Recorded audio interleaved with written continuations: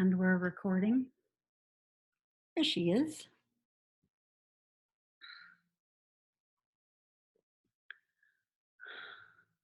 Good morning, good afternoon, and good evening.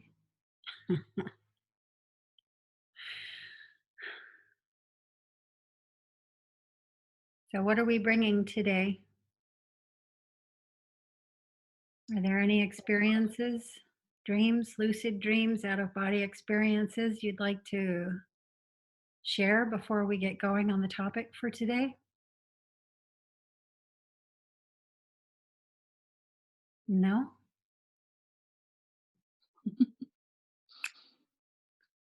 I'm having lots. I had an extraordinary experience just this morning. Oh, gosh. I will never tire of this. I will never, ever, ever tire of this. I was in probably a craft, but the environment being shown to me uh, was right at the edge of a rock face.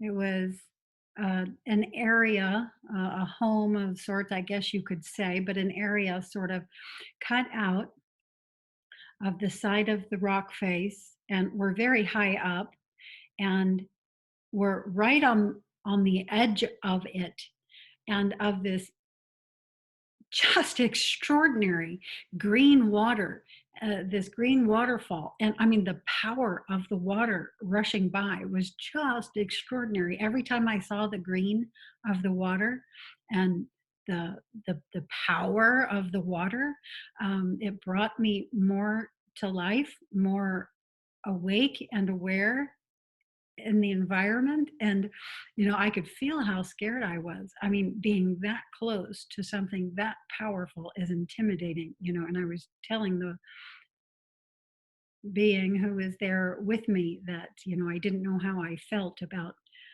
this, about being this close to this, about being this aware of this. I mean, it was really, really something.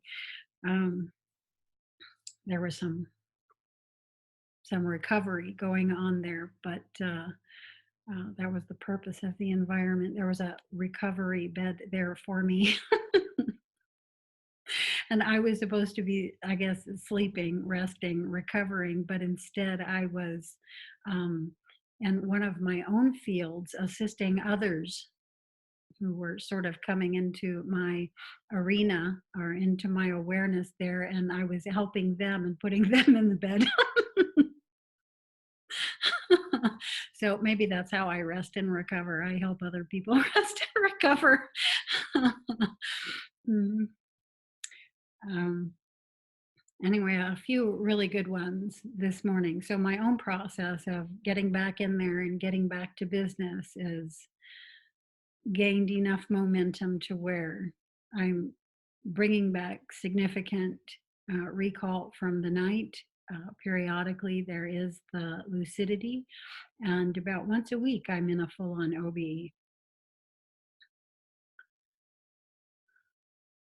So, back in just purely on my own. This is not my own greater self bringing this on for me. This is my ground level self saying, I'm ready to move forward. And here I am being very serious about this. And, I, of course, often am having the assistance while I'm in the fields. And they're very, very happy that, I'm ready to get back to business. Yeah. This is going to be a very big year for me. I can feel it going into 2020. So everything's coming into a sort of culmination for me. And that will have a lot to do with my connecting with other out of body experiencers and the channeling. Very excited about all that. Tell me about your practices, about your processes. Where are you in the scheme of being ready?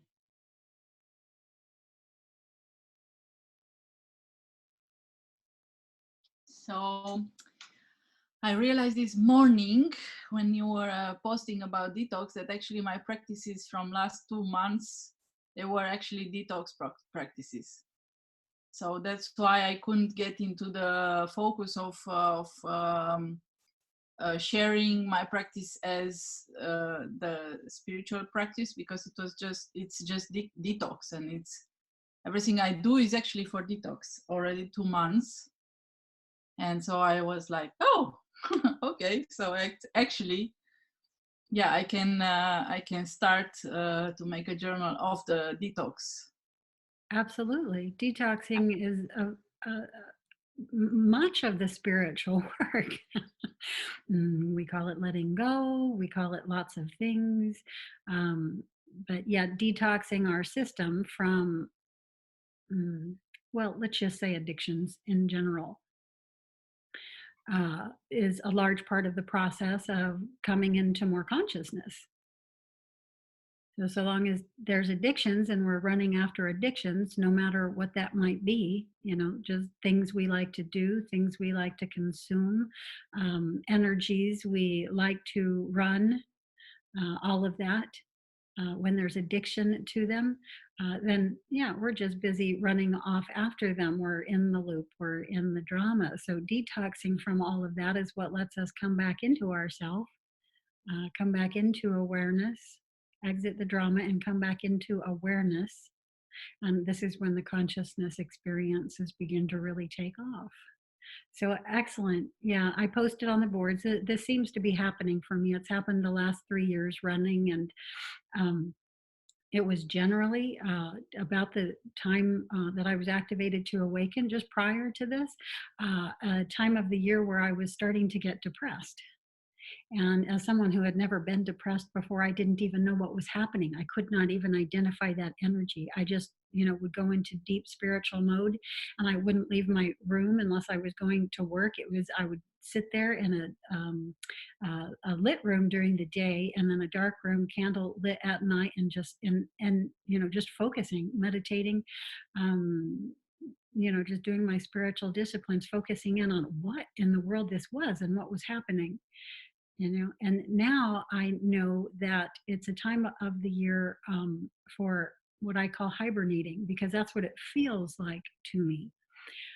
Everything needs to slow down, everything needs to stop, in terms of the life drama and all of that. This is, and everything that I picked up, during the summer months when we have a lot of daylight hours, the days are long and activity reigns, and we're, doing. All of that now is time to stop. Nights are longer, days are shorter, and it's a natural, I think, hibernating period that I feel from within, not just my being, but my biology, my body, feels this.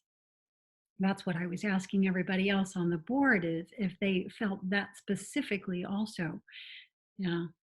Yeah, so Exactly, because I used to say that I might have a bear somewhere in my family, because they hibernate from, and I was like, okay, beginning September actually I'm preparing, and then in October is going down, and in November and December and January I'm like I want to like the bear. The bears,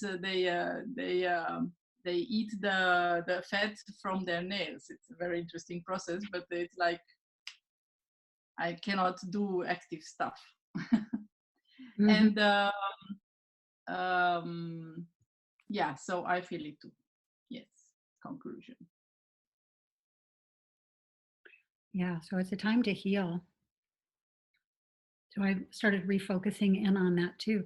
But at the same time that you're detoxing, you'll notice that you're coming back into more awareness, more simplicity. So the dream state should become more highlighted. Lucidity in the dream state likely becomes more highlighted.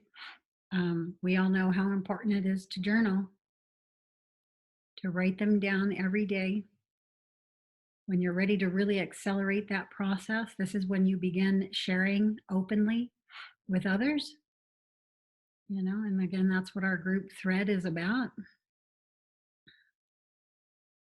It's not just what it's about, it's also about learning to vocalize these things, which takes us right into our topic for today. Yes, can we add something else to the topic? Because 2 weeks ago we said that we are going to also talk about how to make use of the template of somebody else.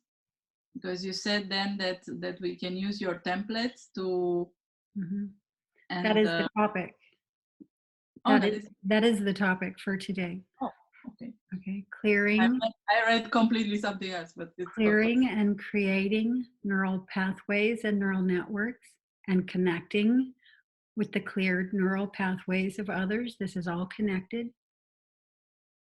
Okay, and right along with that is the ability to program yourself to your own advantage.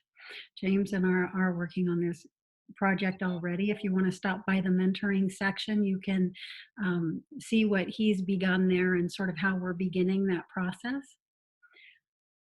Hello, Fran.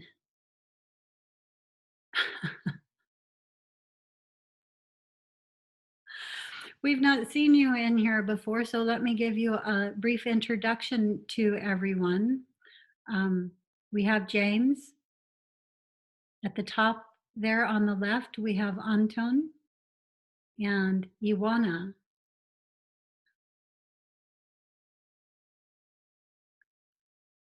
Would you like to introduce yourself briefly to everyone?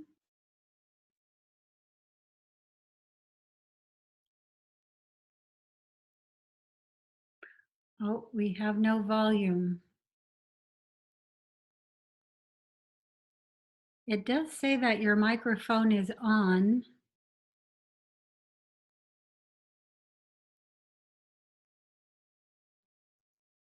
No, we can't hear you.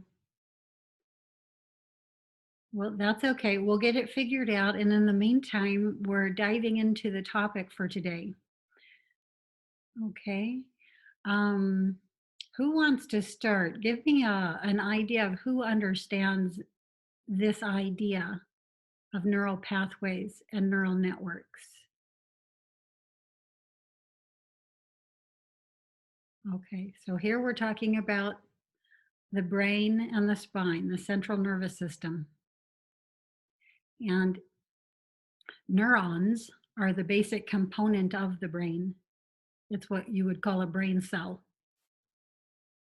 Okay, and so when we're talking about clearing and creating neural pathways, new neurons and neural pathways and neural networks, we're talking about the brain. Okay, we're also talking about thoughts. We're talking about everything related to mind, awareness, thinking, all of this. And the way we really cloud ourselves up in our life, I'm going to use James as the example. We made a list of what James wants and then a list of what James is doing in direct opposition to what it is he's wanting. So this is the equivalent of putting on the gas and the brakes at the same time. So put yourself in your car as an easy example. And what's going to happen if you floor the brakes and the gas at the same time? Yeah, Car- one, you're not going to get anywhere and you're going to create a stress response. Okay. And that stress response then becomes the life we're living. And that stress response actually can get quite addictive. And it leads to other activities that what create more stress response. So this is um, the wheel or the pattern we're attempting to get off. Make sense? Okay. And so I begin by asking each and every one of you to do the same thing. Take a piece of paper, draw a line down the center, and on one side, write what it is you most want. It can be one thing or a few things. And then on the other side of the paper, list everything that you do that is in direct opposition to that. We know what it is we're doing that stands in our own way. And at the core, this is almost always going to be um, thinking in a particular way that is not in alignment with what it is you're wanting. For instance, I want to be aware of my dreams in the morning, but then you have thoughts like, well, it's too hard. I wake up and they're never there. This is too much of a struggle. And we're thinking things like this. So, that type of thinking and thought programming is in direct opposition to what is you're wanting. Okay, James wants to know who it is he is. Who am I? The ultimate question, yeah? But at the same time, we have habits of thinking and habits of um, uh, running particular types of energies and uh, actions that are opposing this. Right at the top of the list is going to be anything that we're addictive to, any substances we're taking in that are addictive. This includes sugar, right at the top of that list, any kind of caffeine, nicotine, drugs, and even prescription medications, will all have an effect, as will certain types of foods, right? Foods that tend to ground us more in the earth space aren't really necessarily so helpful to us in the dream space and bringing that awareness from the one space into the other. And so we can redevise the diet and things like this. But then if there's thoughts again that, oh, I just love this so much, I'm never going to be able to put it down. Again, this is going to be in direct opposition to what it is you say you're wanting. And so long as you're applying the gas and the brakes at the same time, often pedal to the metal, right? Then again, is all we get is that stress response. All we get is the frustration of never getting anywhere, right? We can have lots and lots of spiritual disciplines, but if we're doing mm, a lot that's in direct opposition to those spiritual disciplines, again, you just get the stress response. You don't really ever get things going. So we need to start taking a look at this. And taking a look at this is taking a look at our neurons, the neural pathways that we're creating, and the neural networks that we're creating. Okay. When you stop something that you've been doing, the neural networks that you have devised that pretty much allow you to keep doing that very easily and even thinking that you love doing that begin to dismantle. Happens almost immediately. And now your new activity is not doing that. And new neurons are created, new new pathways are created, and new networks are created that allow you to do that. Okay, the process doesn't take very long, although you do have to be consistent with it for some time to create a stability in those networks. And again, they can dismantle as easily as they did with well, let's call it the negative action that was being performed. Okay, and so it's something that you have to keep alive and actually become. Questions? For me, it feels like climbing a mountain at the moment when I looked at all the things that goes on with me and then the negative tendencies I've got and the negative thoughts that it just programs straight away. As soon as I've tried something new, I can't do it. It's straight away that negative thing just blocks you, or it feels like it blocks you. That's difficult. It feels like I'm going to climb a mountain at the moment. It That's can why I haven't. definitely, feel like a mountain if you focus on all the specifics. So don't focus as much on the specifics as what's at the center of all of them. Okay, and we've already gotten to the center. At the center is your own negative programming of yourself. Okay, programming yourself to your own disadvantage. And the idea is to catch ourselves when we're doing it. When we make a sentence that is in direct opposition to what it is we say we're wanting, what's the process, James? Share it with everyone. Just change your thoughts straight away. Nothing negative, overriding the commands that go in. Okay. Just restructuring to more positive and just breaking away from the usual habit.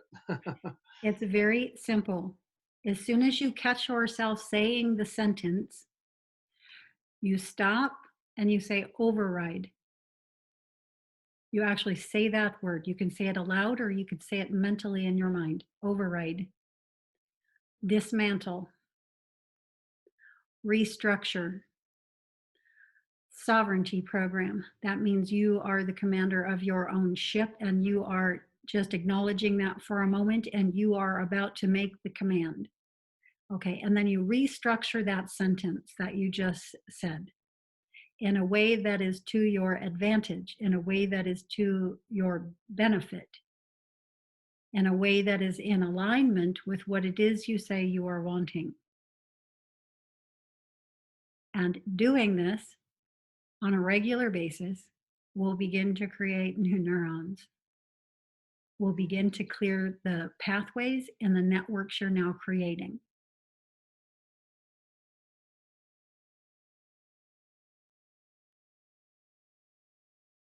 Were you able to practice that at all since we had the talk the other day? I've been doing it a lot today because I've been going into all the negative parts, all the things in my life that actually trigger and annoy me. I've been saying it all day. I've got loads. I didn't realise I had so much going on in one day, but it's quite a lot now. I sit and looked at it more deeply. But yeah, I've been doing that, stopping myself and just. How does it feel when you stop and go through that brief process? I know, doing it a bit more longer. And that bit, it does go away. The negative bit does stop. You feel a bit better. On a dime. You've just stopped. You've just taken out the trash essentially. Yeah, it stops. It stops the cycle as you go further on into it. It kind of stops it. Yes. So I've been doing that all day.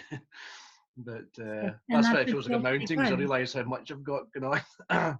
I've got a lot going on. That should feel pretty good. Yeah, each and every time you do it. This is detoxing as much as a physical type detoxing is. Okay, you're taking out the trash.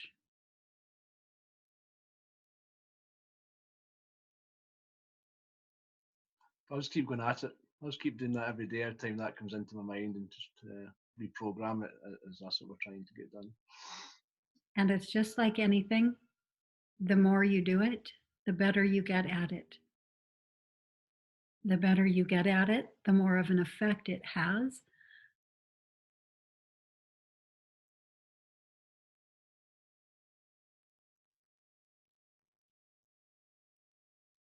And that effect can be felt right from the get-go. Let these commands sink in. When you say override, let that sink in. Let it sink in what you're doing. You just caught yourself in a negative thought program and you just caught yourself. That should feel pretty good. It's not how much there is to go, it's what just happened.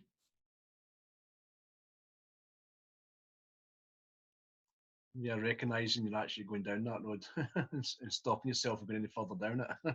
Yes. And that should feel pretty good. So let that sink in as you say the word override.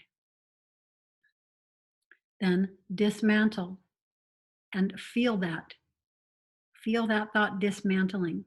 Feel what that feels like through your system, through your mind, energy, body system. Restructure and feel that. You can, and you'll be able to feel the restructuring happen as you're saying that command. Sovereignty program. Feel that.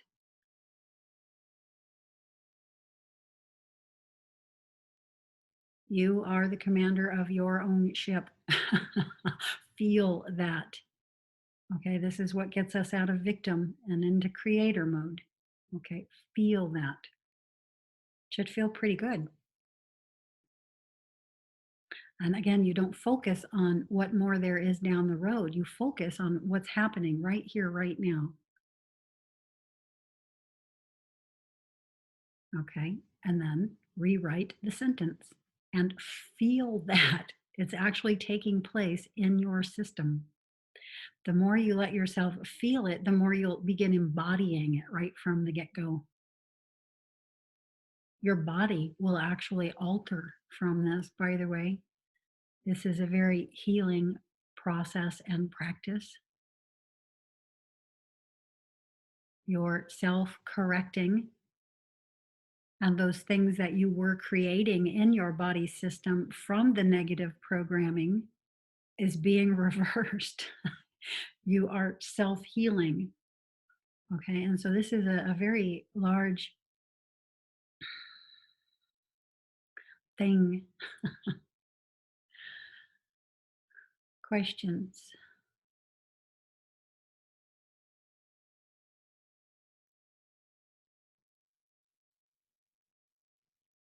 That's the reaction. Okay. I've not been on the boards for 2 weeks. It's something is happening here, which I'm not going to go into, but it takes a lot of my time and attention and really focus. So I've written my dreams, but it's interesting because already 2 weeks I have this habit of asking myself during the day a lot of times, but like 50 times, who am I? And that was my that was very interesting to hear it about James. Who am I? Atma Vichara. This was my practice as well. And so the idea when you ask the question is to then listen. You don't answer the question. You ask the question and you notice how all thought stops when you do, because you don't know. And so you get the joy of sitting in that silence for a moment until the thoughts start back up again, at which point you ask again, who am I? Who's asking this question? And again, because you don't know, everything stops and you get to sit in the silence. It's a silence that frustrates the hell out of me when I don't get my answer back. I get angry at it for that. I ask all the time. I don't like the silence. I want a response. The silence is the response, James. So I'm going to say you haven't gotten to the silence if you're not experiencing the joy and the answer that's coming in it. Silence doesn't mean your question is not being answered. It means you've gone out beyond your thinking mind. You've surfed out beyond those beta waves, and you're in a new wave. And it takes you a while to acclimate to those new waves and be able to read the waves. But in the process of that, the experience of it is amazing. It's bliss. It's what I call stasis. It's joy. It's all of this, and it's through your whole being. You are that, and it's an incredible experience. So once you reach the silence, you won't reach any sort of frustration. It's only in the beta waves that occurs. In the alpha waves, everything is slowing down, everything is becoming lighter, more peaceful, more like you're stoned. So it also is quite enjoyable. That's when the hallucinogenic sort of state of effect comes into being, and you might look around your space and begin to see the bright light particles that are composing the items in your area, and things like this. So also very fun. By the time we're into the theta waves, we're in a whole new field. So there's nothing boring about the process. But the thinking mind stopping, even for a moment, is amazing. Oh, that's beautiful, Fran. Thank you so much. Fran's giving us some crystal energies. Ah,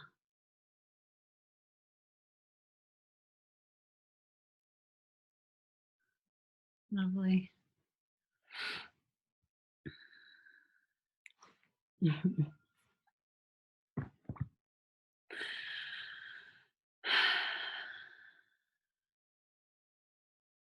Okay, back to neural networks. The brain, the central nervous system,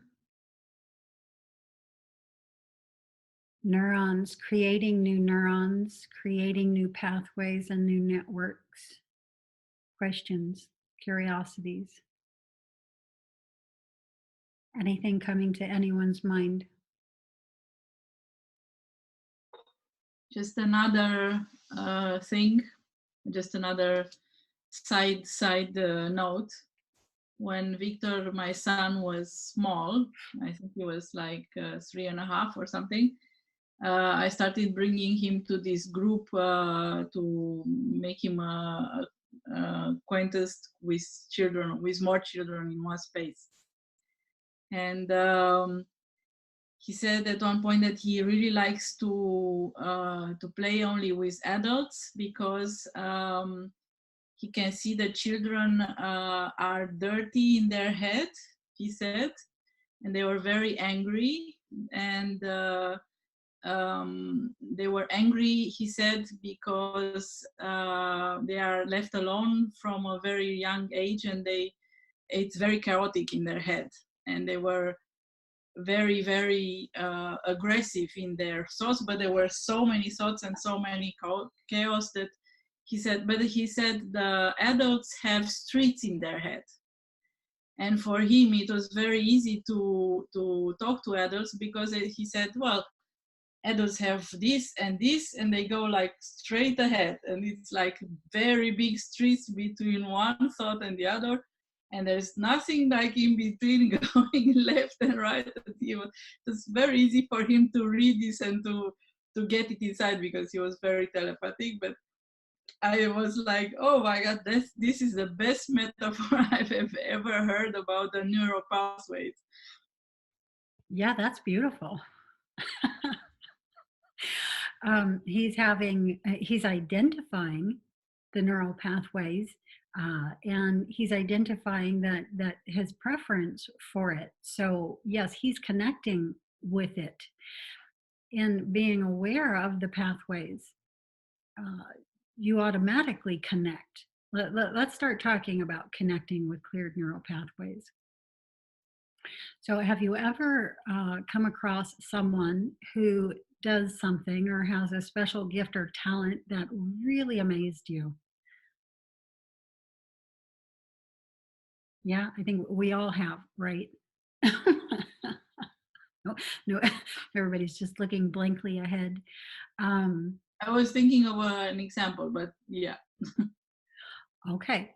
And so when you do, and you have the thought, wow, that must be extraordinary to be able to do that, you, in that moment, drop in and connect with their cleared neural pathways.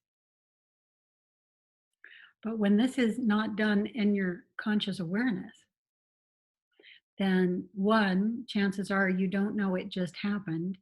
And two, you're still running your negative thought programs that are telling yourself that you can't do that. And so you never come to a point of being able to exemplify that yourself. Or there may be a very long period of time before, maybe as you're getting older, you start getting curious now about whether that's something you can do, or even if it's not, you're going to just start doing it anyway. I'm going to start taking a painting class, or something like this. And it starts to come about in this fashion. However, if in your full conscious awareness, you go into yourself and bring to your mind what it is that they do and feel the energy rising up in you in regard to that. And you're attaching yourself to it right then and there. You can go into an experience of being able to do that right then in that moment. So if you're doing it in a meditation, you may begin, seeing a certain field and a certain thing happening in that field. If you're a consciousness explorer, you may go, quote, out of body into another field in which something is occurring. So the last time that I did this, I did it with a woman named Christine Dennett. She is a artist and an ET artist. And she goes by the name of Kasara. And I saw her work and I thought it was just extraordinary. And I'm somebody who can't draw at all. I have very little creative talent in those arenas. And I wished in that moment so strongly that that was something that I could do. That very night I was taken out of body into an experience that lasted literally all night long, where I was, because what she does is, well, I won't say what she does, but what happened with me was I was taken into these star fields, and each star field was different. It had a particular planetary location. It was the star field that was around a particular planetary body. And ET being after ET being just came forward. And I mean, like right in front of me, real as real could be. And I got to observe their templates, for about a minute, minute and a half, and then they would fade, and then another one would step forward. You can imagine how many stepped forward in the process of an entire night. It was extraordinary. One of the first times I knew I had done this was with my own teacher, Sri Ramana Maharshi, uh, who is the teacher of Atmavachara, one of the main teachers of Atmavachara, as we know here in the West. And I wanted to understand him. I wanted to understand more his perspective because I could see the alignment already in me with it. And he's what I call a top down person. So with the Kundalini awakenings, they're generally in people base to crown. They start ground level with the physical body and move up through the chakras, the inner energy centers of the body, until you reach the crown and you have the expanded awareness that takes you into the larger reality. And then there's some who are top down. And so you start in the larger reality and things complete in physical space. And he sees things from the inside out. And I recognized that. I recognized myself as being someone who saw things from the inside out, but at that point was not able to identify this so much. And so, anyway, I connected with him. I connected with his cleared neural pathways. And that's what led into my top down awakening. Yeah. And so we can do this with anyone. Questions? So what's the exact procedure to do that? Is that just meditation and thinking about who they are and what they experienced and asking for that experience or asking for that connection? That would be the process of doing that. With me, it's more an identifying uh, my own thought, my own feeling of this being extraordinary. What this person is doing is extraordinary, and how amazing that would be to have that ability.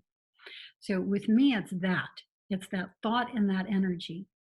And then I just drop into it. Yes, I'll go into a meditative state, or I'll go to sleep at night, however it happens to be. And I will be holding that. That will still be very much in my experience as I'm going into the meditation or going into my sleep at night. You know, I'm still highly thinking about how amazing that is and how amazing that would be to have that ability. And for me, it's just like falling. It's not something I do. It's something that just happens, and I just observe it happening. It's like falling in love. You know, how do you do that? It's something that just happens, you know? You're breathing. How do you breathe? If I say to you, how are you breathing? What is the breath? Where does it come from? Most people aren't going to be able to answer me. You know, it's something that just automatically happens. Okay, so I'm going to say it's part of my autonomic nervous system, which is your automatic nervous system. It's things that you know so well, they just happen on their own now, even though you don't know how you know it so well in physical space and physical bodies. That's still the case. And so for me, it's like this, it's something that just automatically happens. And it's like, it is like, it's like falling. I just let myself fall into that. Yeah. And then boom, it just starts happening. I'm there in an experience and an ability to do that. And then, yes, if I can hold that conscious awareness, if I can bring that conscious awareness back with me into physical space, I can begin to exemplify that here if I want. It's not even that I have to then begin doing that as something that I do in physical space, but I can.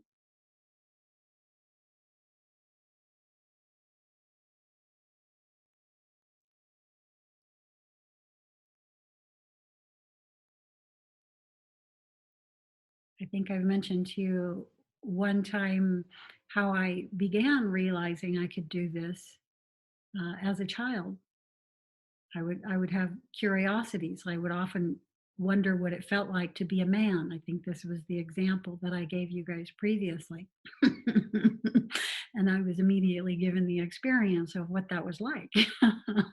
And so that's again, you know, connecting with cleared neural pathways. In this instance, I'm connecting with the cleared neural pathways within other aspects of my own self, other soul lifetimes, you know, a male component of me, you know, connected with me and let me felt what it was like to be male. And so you can connect with your own inner structure, other lifetimes, other life forms, your soul is being and other worlds. Or you can connect with other people you know in physical space, which is what most people will do.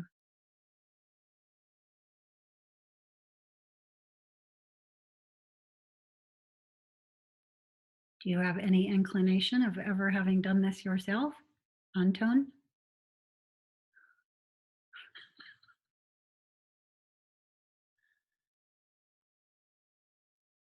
Um, yeah, I don't know if it's a real good example or not, but it reminded me, what came to mind anyway, a couple things came to mind. One is just the nature of how habitual everything is, you know, the patterns we all get into. Just thinking, you know, I was really thinking about this earworm issue I had for about a month. Couldn't get this song out of my head. Every time I woke up, the song would just start playing, you know. It's like, ah! It's like the only way I can deal with an earworm like that is to deliberately think of a different song, you know, and try to pattern that into my head for a while. But the other thing that came up is, I don't know, experience I had way back, and I did a video on it. I hate to keep bringing up my videos. But I had what I call a darshan experience. And I don't know if you watched that video or not, or if I talked about it before. Did I talk about that before here? Anyways, I used to have to drive, I was in my 20s, and I had a car with no air conditioning. I had to drive all the way to Flint, which is quite a long drive and quite a long way back to service some apartment complex cable TV installation there. Anyways, I was coming back and my bladder was just bursting. You know, I had to was going to pull off early, a couple exits early, because I knew I could pull off at this 5-mile road. You know, it was real rural, and I could get down to a place where I could relieve myself, you know, and pull off the road and relieve myself. And so I did. I was pulling off the exit, and I was going over the overpass, and I saw this group. You know, maybe I'm 300 feet away from these people, a long ways away, but I saw this guy with this big turban, and he had about maybe 10 people following him, you know, like students or whatever. And I'm going over this overpass, and I'm at the peak of the overpass, and I see the guy, and I'm thinking, oh, there's one of those fakey guru guys, you know. And at this point, I'm maybe 150 feet away from him, or 200 feet away, or whatever, you know, coming closer. And as I thought that, it's the weirdest thing, because he's so far away, you know. But as I thought that, he looked directly at me. And it's like I knew everything about him, and he knew everything about me for just that moment. It was like, I've never experienced anything like that before or since. But it's like we were in total communication. I knew he was genuine. I so much wanted to pull over and run after that group, but I probably would have wet myself had I done that. So I drove past and did my business and all that, but I never found out who he was or anything about him. But I mean, just that immediate little 4 or 5 seconds of communication, there's so much information passed between us. Mm-hmm. It's like he knew all about me, and I knew all about him for just that instant.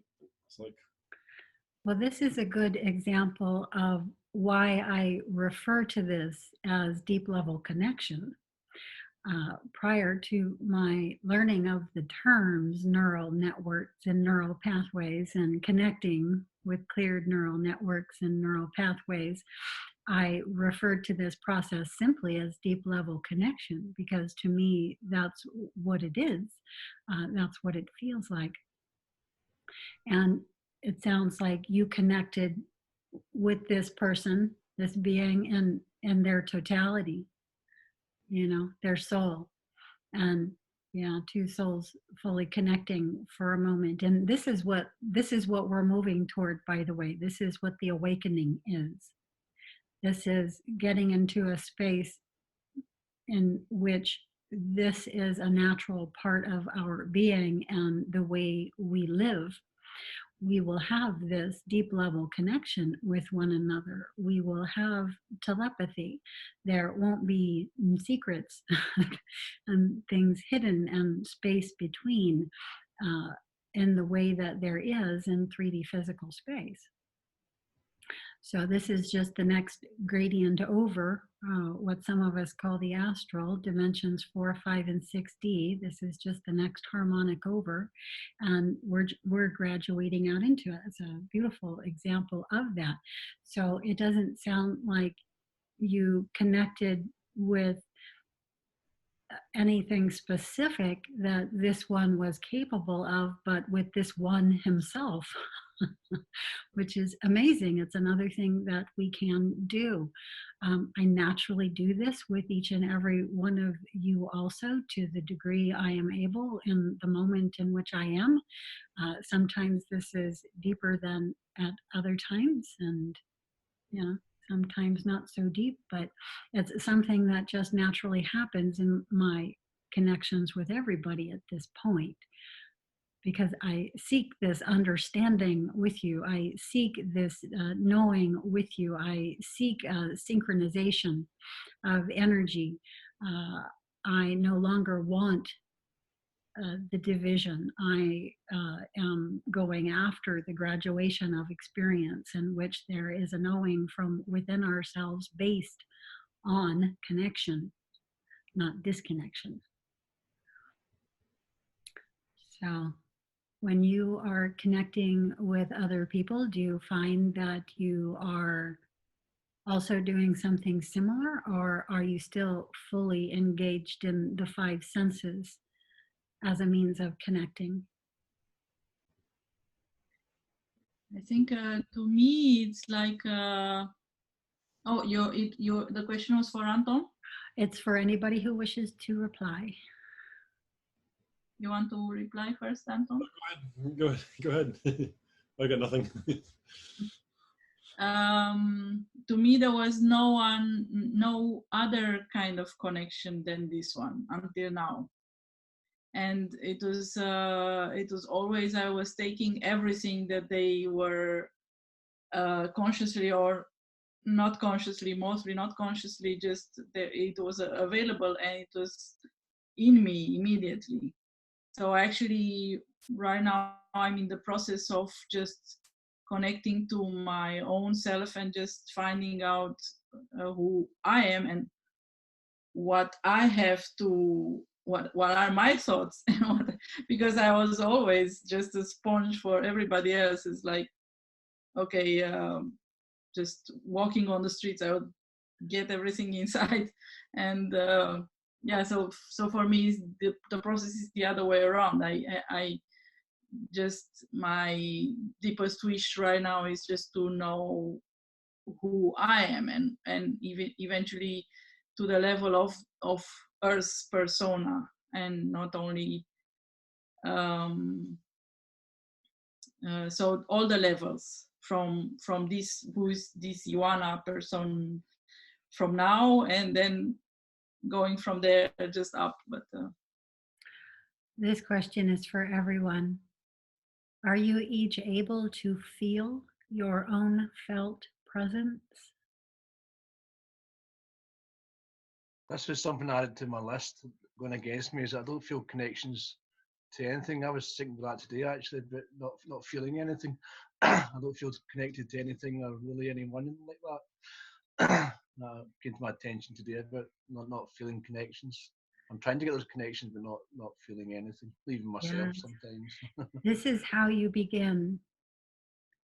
This is how you begin in meditation. You begin to feel your own felt presence. What you feels like, not thinks, feels like. It's an experience. And once you have that experience of yourself, you know when you've vacated that into the energies of this 3D physical space, which is, extraordinary.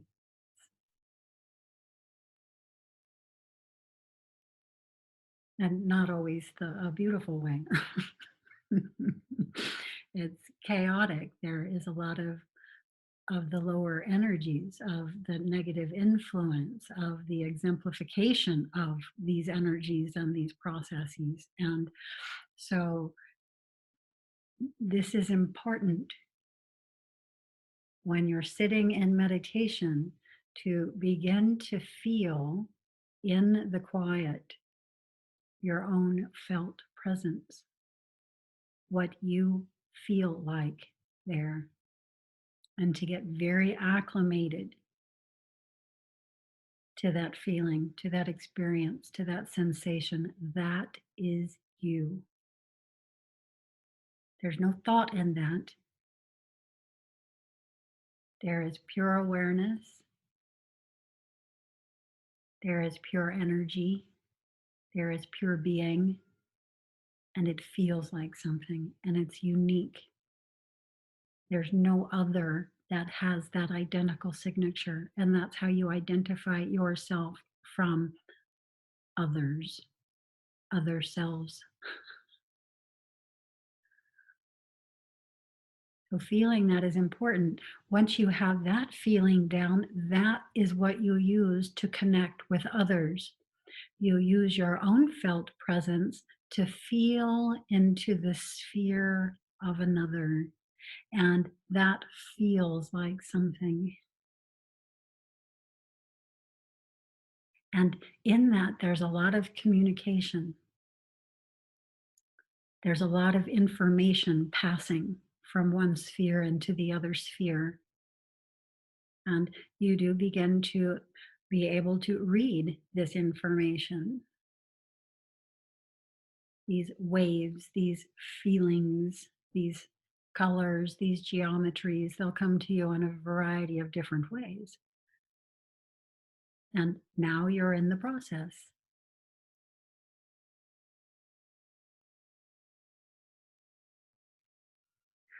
when I began doing this, and I did not begin doing it to the level that I am now until the activation to awaken in 2009. I slowly, over the years, observed myself in the process of doing this, sort of behind the scenes of what was taking place. For instance, us sitting here talking, behind the scenes, I'm doing this with each and every one of you. And my awareness just began to break in on that level of doing, you know. Um, and what will happen first when it's in my conscious awareness is I feel your large muscle groups. It's just the very first thing that's very obvious to me. And I can read your stress pattern in your large muscle groups. And so I deliberately breathe into those areas of your large muscle groups and relax those areas. I just sequentially go through your whole system there, relaxing your large muscle groups. And then that'll take us into another layer, and different things will happen there. So it's just a multi-leveled communication that's happening, on the outside of which it looks like we're just sitting here having a talk, whatever we happen to be talking about, but on the inside looks very different. So we are all engaging with each other through various fields right now, and in those fields is very distinct activity, very distinct energy, very distinct awarenesses, thoughts, interactions, engagements with one another.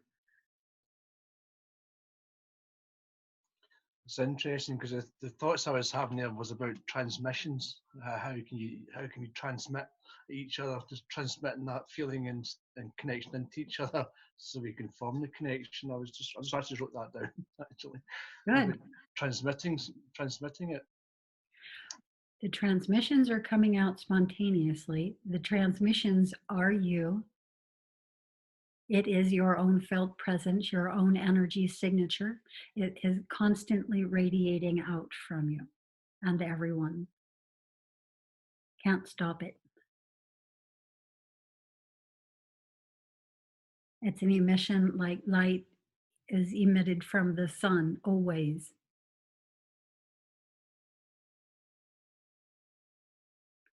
And that can engage with other lights,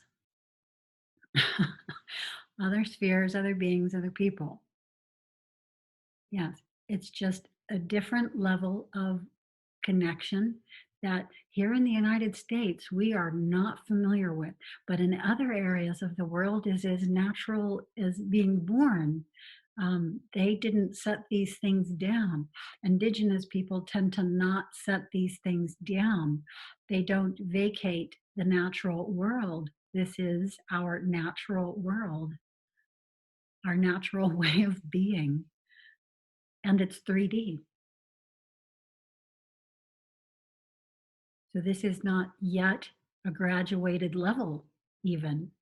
This is a part of what is possible here in 3D physical space. Now it's at the very graduated edge of 3D physical space. It's at that seventh spectrum. We graduate through a spectrum of 7 through physical space, and it's out toward that 7th spectrum. But there's some who come and never, vacate that. They're born with it. And Indigenous peoples, you'll notice, have you ever come across somebody who has such a strong presence? It's actually a little bit unnerving to you. Like, oh, this one can see me.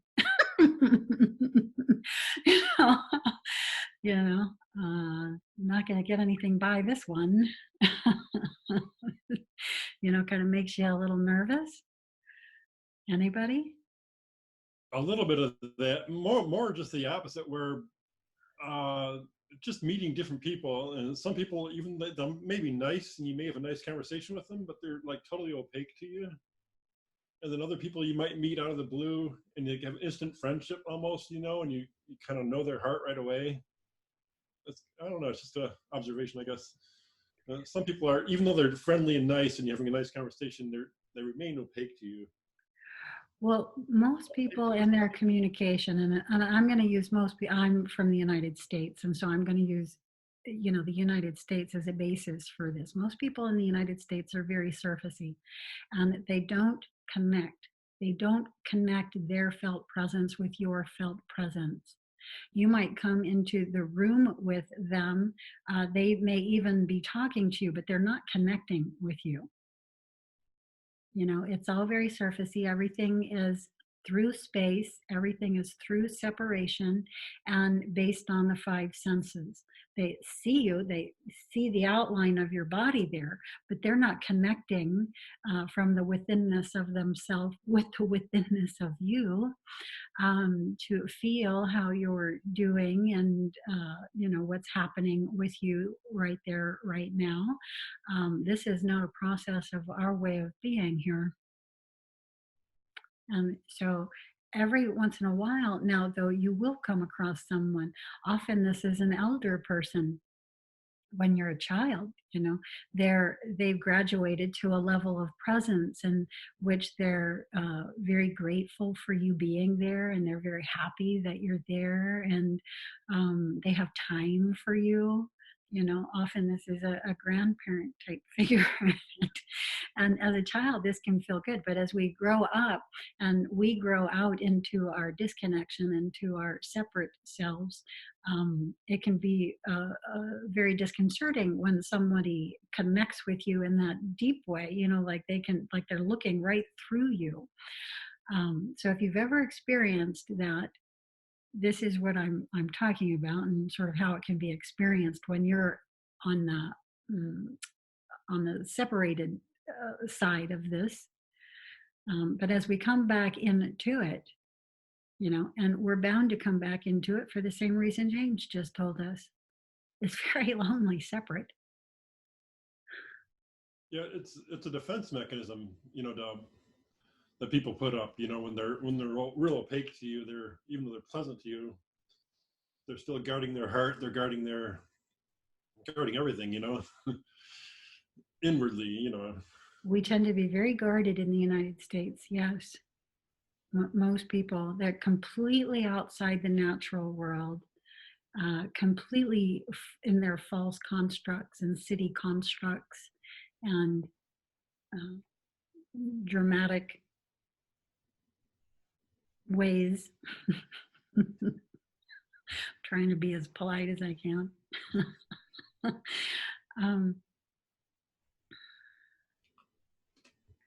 So yes, let's just focus now on coming back into how it is we connect. And this is how it is it's done. First, we have to be able to feel our own felt presence. And then there must be an awareness that it would be nice or pleasant to have a connection of this energy with another, and to see what that is and to see what's possible in that. And as we begin to see that we can connect our energy with other people's energy, we can connect the withinness of ourself, our own felt presence, with that of another. We understand that we can go inside their felt presence, into their constructs, into their blueprints. We could say they're persons, but I want to say blueprints because you can't go into another person without that person's approval.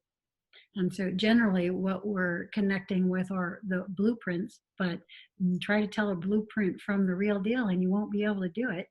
The blueprint is the creator being itself, which is being that one. That's the blueprint. And that, it's like, am I lucid dreaming or OBEing?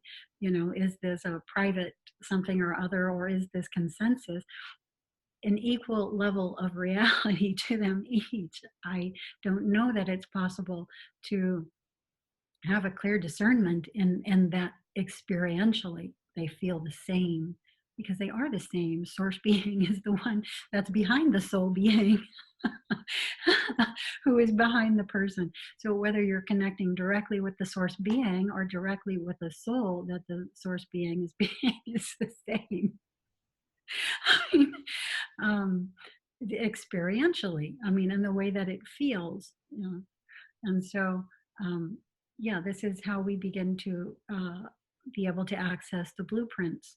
And this is when we know the lifetimes they lived and what they've moved through and what their learning process was. All that data is there. I guess it's just like an open and closed issue for most people. I mean, when two people meet each other, you know, because when I was going over that overpass and looking at that guy with the turban, I was, you know, skeptical. I was, if anything, putting a negative energy towards him. You know, I was thinking, well, there's that fakey guru type guy, you know, and his followers. And you know, he just looked at me directly, and we immediately just had that connection. Probably the most powerful thing in my life, really. Mm. But so even though I was a little bit negative, I guess I wasn't really closed, though. I was probing, I suppose. You're the least closed person I know, Anton. You are very childlike-ishly open, beautifully so. I mean, I know you have your intelligent man mind in there also, but yeah, basically you're open. Mm-hmm. And for me to access any other does not require that other to be open. It doesn't even require the awareness of that other. This is something that happens from the withinness of my being. The withinness of my being is that being which is being everyone. This is how and why we can connect. There's one being being everyone.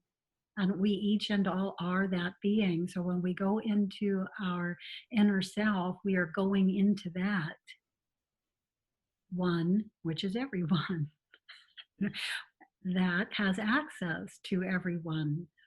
And again, as a conscious mind, you'll likely access blueprints and not actualized beings.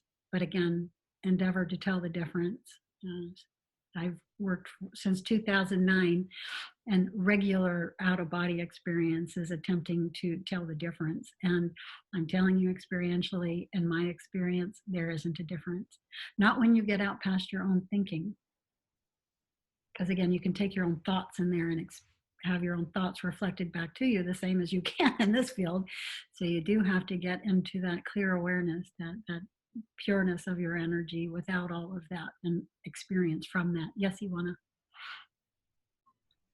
I guess for me it's a different question. It's a nuance of that. Okay. Because I'm not exactly I'm not exactly sure how to formulate it, but it's the other way around.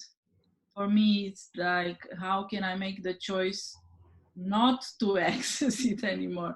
Because just to give an example, right now, I feel that somebody here in this physical space somewhere has a very big pain here, which my body is just feeling completely. I know that I don't have a problem. I didn't do anything but I just feel it like 2 hours. It's like here, and it's going down. So I for me it's the other way around. How can I just not feel it through my body the whole time?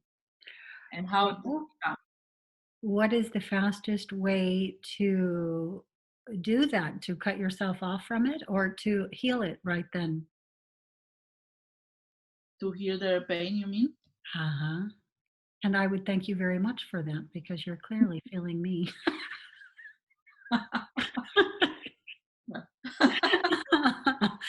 So this is also our gift to others, yes. And the idea would not, in my own estimation, be to cut my awareness off from that, but to, again, yes, immediately heal it.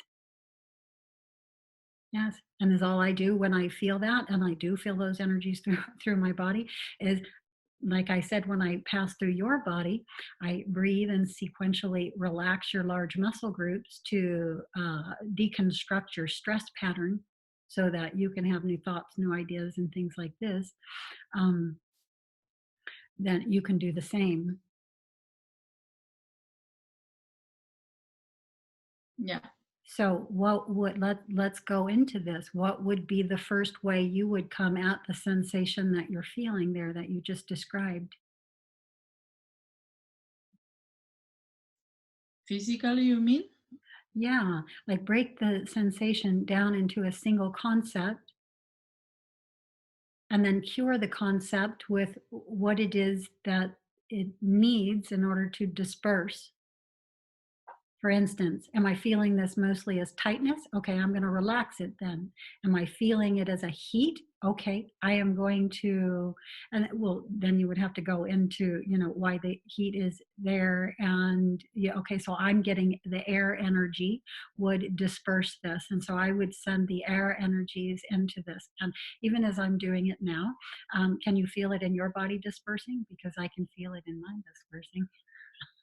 Not that this is ever wholly gone because I'm carrying this thing on my back. And again, I don't know what it is yet. I think it's the staff, Yeah, it's more that leadership pulsating. role I was handed a while back.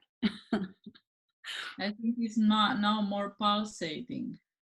So it's not like it was until now it was really there.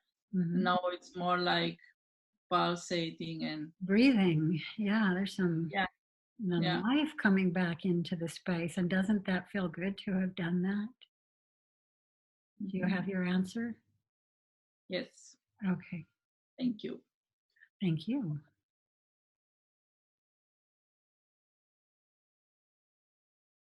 And what does all of this have to do with out of body experience anyway? Consciousness in the brain and the central nervous system. Coming into an expanded consciousness here in 3D physical space is as equally a part of consciousness expansion as going out beyond, this field. So we don't leave the field in disrepair. We bring it back into its original pristine state before we vacate. Yes. So we come into the fullness of our being here. And in coming into the fullness of our being here, into the full expression of our being here, we begin to come into the full expression of our being elsewhere. The more we engage one field, the more that also is engaged in the additional fields, and vice versa. For instance, the more lucid we become in this field, the more lucid we are likely to become in the dream fields. The more lucid we become in the dream fields, the more lucidity we tend to bring with us back into the 3D field. And so they're connected. The one affects the other, the one is the other. There's no separation, there's no division between them. They all are, in essence, the same space.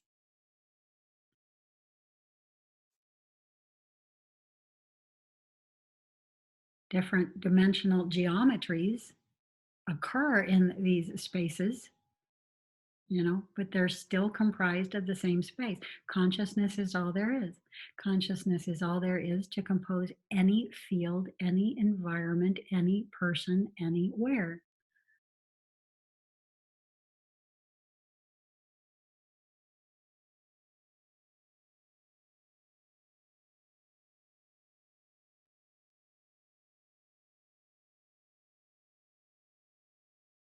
Okay, no separation, no division.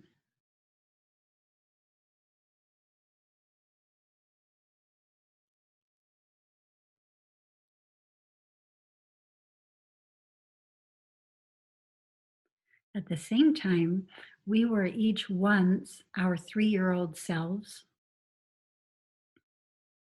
And that's right here. It didn't go anywhere. It's still right here in the same space that I, in my 55th year in this body, am. They're occupying the same space right here, right now. Feel that. How can it be the same space and yet the spaces have different activity, different appearances? Feel that.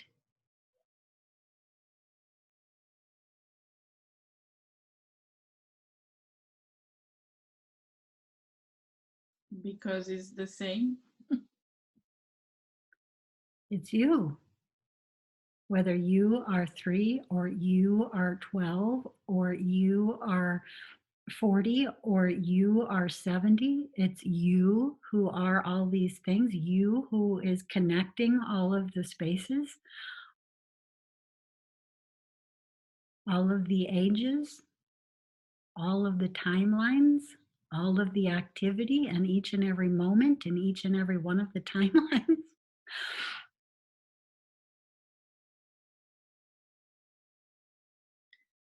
May I say something? That's why I was always confused about the regression, because they say in the regression, so now you are 5. I'm like, I'm always the same age, so it's not that I'm 5. So it's interesting because I have a very deep memory of when I was, I think, 5, or this body was 5. Mhm. But I know myself in that memory exactly like I am now. There's no difference between that consciousness about me being 5. Is just that you look through your eyes from a different height. It's like it's the same consciousness, it's the same person. Yes. But the brain will have been different. The neurons and the neural pathways and the neural networks created as that 5-year-old child will not be identical to how they are now. And you will be able to feel the differential. And that is going to be more confusing to people probably than me saying it is the body that was 5 years old. Okay, not you. So you in your 5-year-old body, you in your 12-year-old body, you in your 40-year-old body, you in your 70-year-old body. And all of that is taking place right now. You would not even be able to bring it into awareness were it not.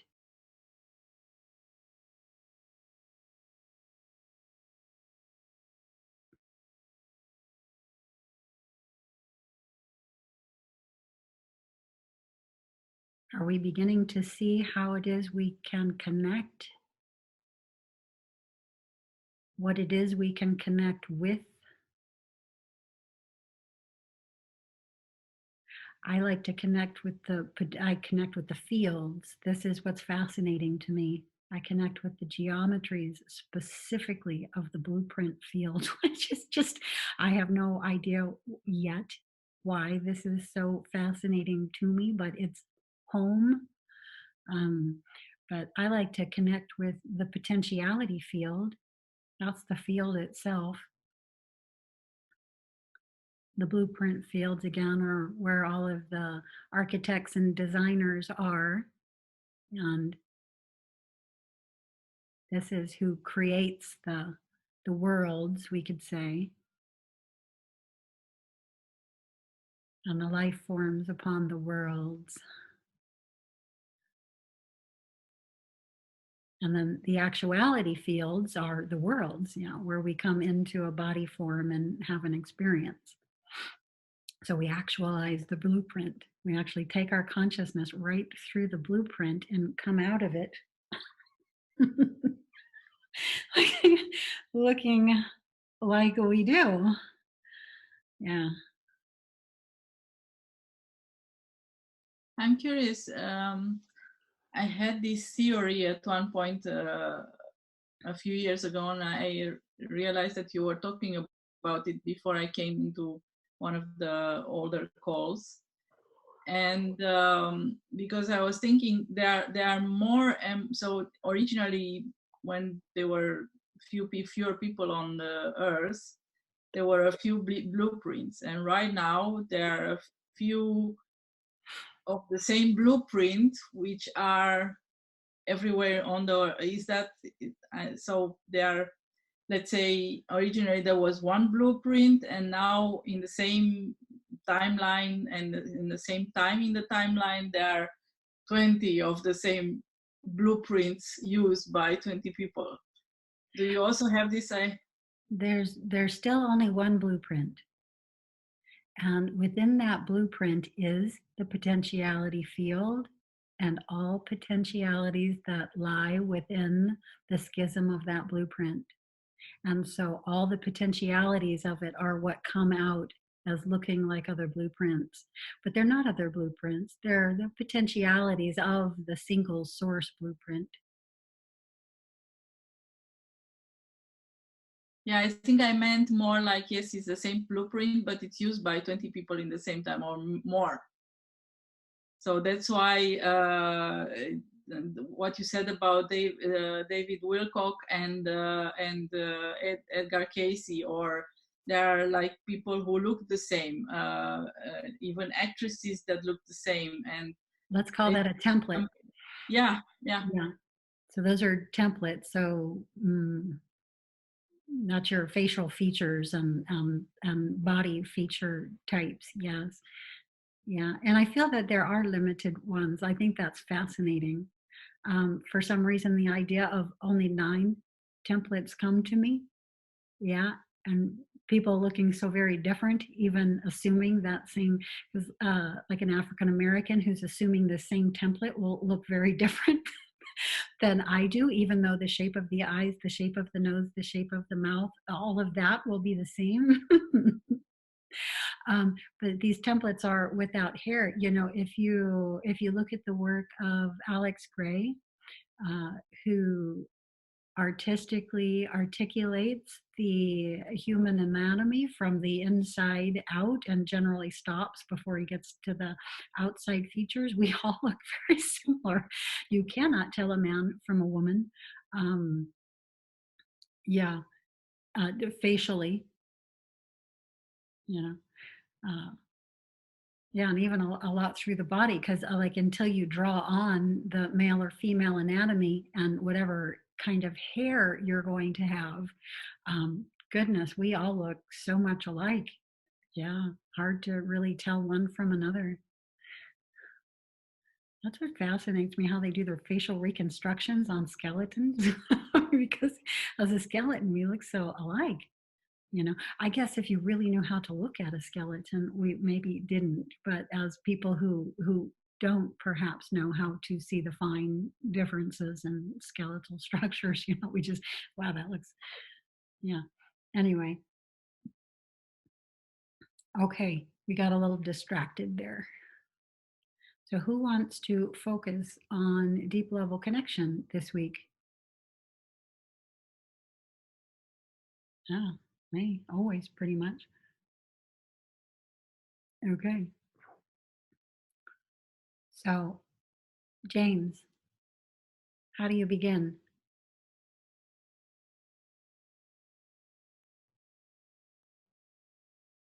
I kind of think I'm just meditating and just thinking of individuals. First, you have to have something to connect with.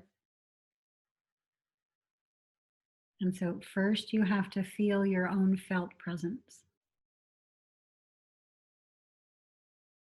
Because we're not trying to create a mind construct of connecting, which is what would happen if we went into our thinking. So you have to drop into your own felt presence. And you have to feel what you feel like. Until you have that, you don't have anything to connect with. This is a real experience. You will feel it as tangibly as you do when you take another by the hand physically, for example. But this is felt from the inside out, and it's very feelable. It's entirely tactile. It is a real experience. Okay, so begin by dropping into your own felt presence. No, I can feel. I don't feel very good. I don't feel well to that like just now. To be honest, I don't feel very good. It's hard to bust out of that feeling. That's why I've been struggling for so long. But that's how Connecting. you begin. And so dropping into your own felt presence, by the way, always feels good.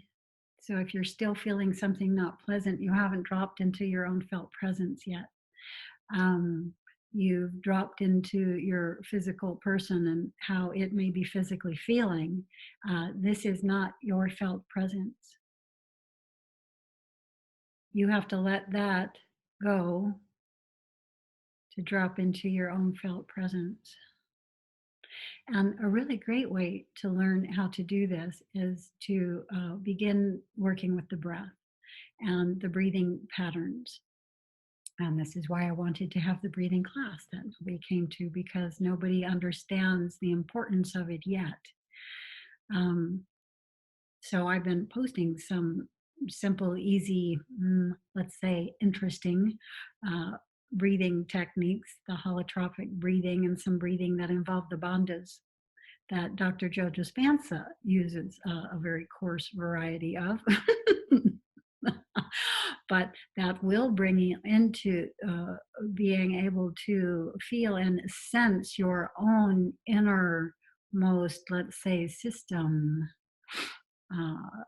with more ease.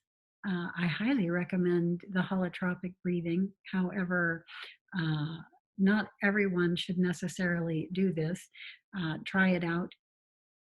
Try it out really mildly, meaning don't do very energetic breaths that in this pattern. It's a very rapid inhale exhale, very, it's meant to stimulate the DMT in the brain, and it does. But what it also does is make your own system much more feelable from the inside out as breath, as energy itself, not a specific energy, but as energy itself. So it's very invigorating. But anytime you're working with this type of a breath, if you get dizzy at all, you have to be honest with yourself and stop. Just breathe normally until you don't have the dizziness anymore, until your equilibrium is reset, and then begin again.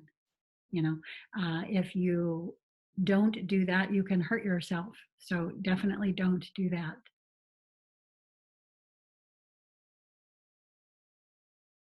So breathe in, breathe out, and just little ins and outs, really soft, just play around with how it's going to feel at first. Okay. And that might be a good way to start, because your breath, the energy that you are before you are anything physical, begins to help you experience yourself more from the inside out. And again, this is always a pleasant thing. This is never a thing that, oh, I don't feel good. No, you feel amazing. Each and every one of us do.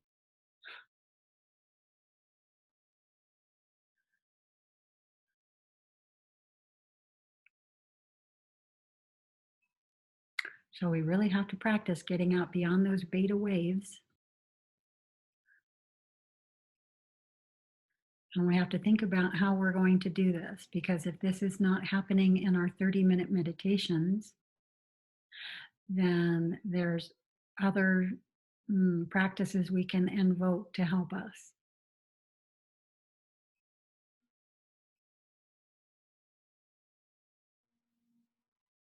Okay, we might drop more into dharana than dhyana, more into contemplation than meditation. And so perhaps window gazing, that's something that's coming to me for a few of you right now. You just pop a chair in front of the window and look out the window for 30 minutes. When I start doing this, I can't leave. I've been doing it since a child. It's a natural, spontaneous thing. It's what breaks me into the multiple fields. It's how I began doing it initially. Outside I was aware that I was doing something, that something was happening, but it's not that at those ages I could identify what that was. I didn't have the concepts to identify, what it was yet. But that's a good one. The breathing patterns are others. So let's focus on this, learning how to drop into our own felt presence.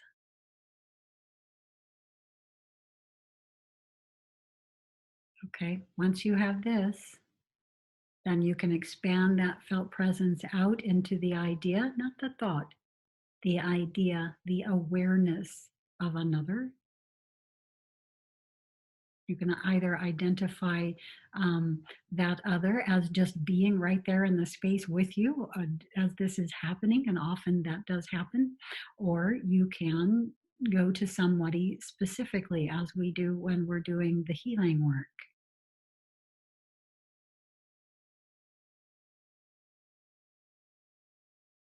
Yes.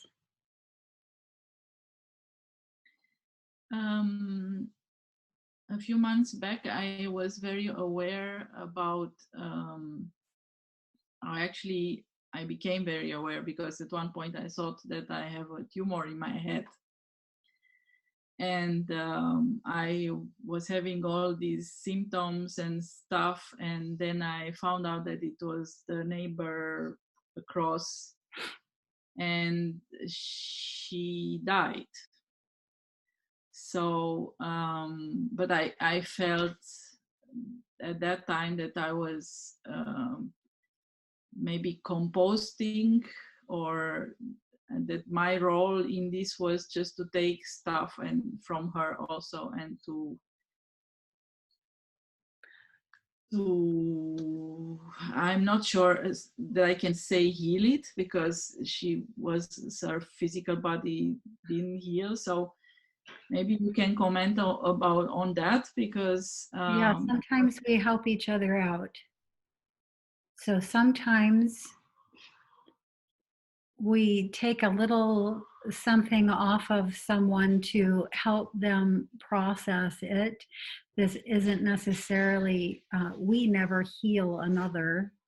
We open a space for which that other to heal themselves. And sometimes they're just dealing with so much they're going down, and we can give them a little more time by taking a little bit of that off of them so that they're not so overburdened. That clears up the area for them to now, it's now workable, it's now manageable for them. And that just buys them more time. So I noticed I was doing that in my care work, for 10, 12 years. It was very clear I was coming to people in their last year, specifically for hospice, specifically for being there at the time of their passing. And then I started noticing, wow, it's, these longer lengths of time are coming up. And it took me a while to realize I was there because I was helping taking a little bit off of them to buy them a little bit more time. And so, yes, we do that. Uh-huh. Thank you for your service. Always feel good about that. And you don't bring it into your person, this, right? You bring it into the awareness structure. Well, that was the issue, but that's how I discovered that actually I was doing this all the time. Yes. Because I was bringing it into my person, so that, and then at one point I was having a lot of symptoms of a lot of things, and I was like, oh my God, what's going on? I'm sick. But yes. Well, you all feel it as though, even though it's in the awareness structure, but I mean, you don't manifest it in your own physical body. Don't do that. No, but that would be a very good, let me just say, that would be not only a disservice to yourself, to that other one who now is going to have karmic attachments, based on, so you never want to harm another in the help you're attempting to give. So never bring it down into your own physical structure. Never manifest it physically into your own body. Just that was the awareness, was all of a sudden was the awareness that I was doing this all the time, and how to not do it. That's a whole other thing. So because it's one thing to say don't do it to me, to myself, I was saying don't do it, but to be able to not to do it, that's a whole other thing. So that's why I think I'm detoxing so long. And just I have now glimpses, like there are seconds, but I've never had it before, and I'm almost 50 now, and I've never had this glimpse of, oh, this is totally me. In this moment, I'm totally myself, and I'm feeling myself, and I'm aware of the moment. I never had that. After she died, I was like, oh, wait, so there were things happening there, and how to not manifest it in my body. That's Yeah, interesting. Yeah. So awareness is what lets us not do this. Awareness that this activity, that this extra assistance occurs in, the field that this occurs in is the awareness field.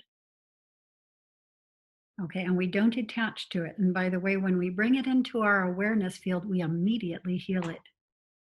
It's just healed because it can't live in our awareness field. We have an awareness that does not allow things like that in.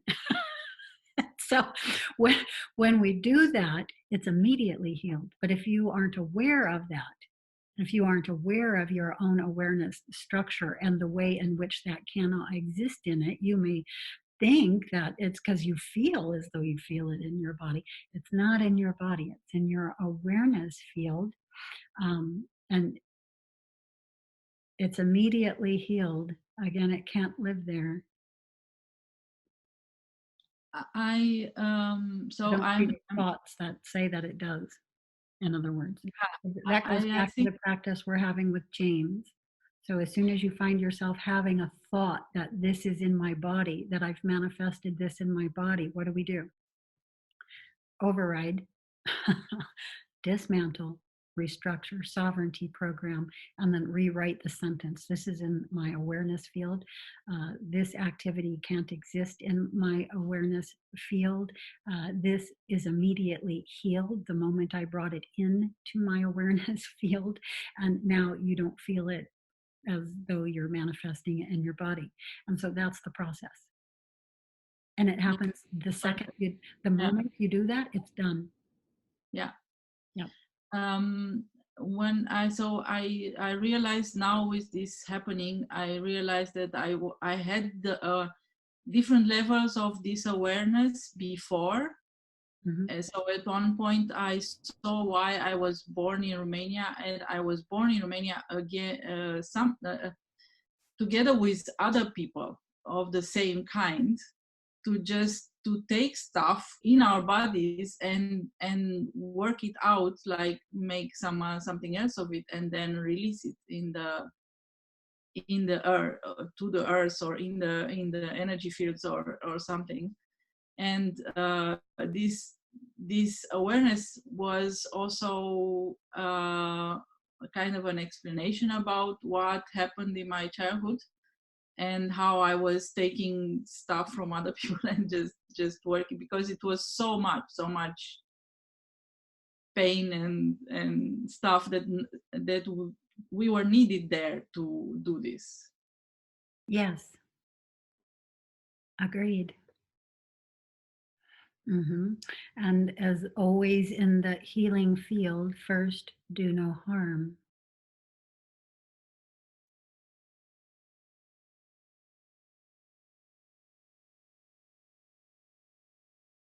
Harm to oneself is harm to the all.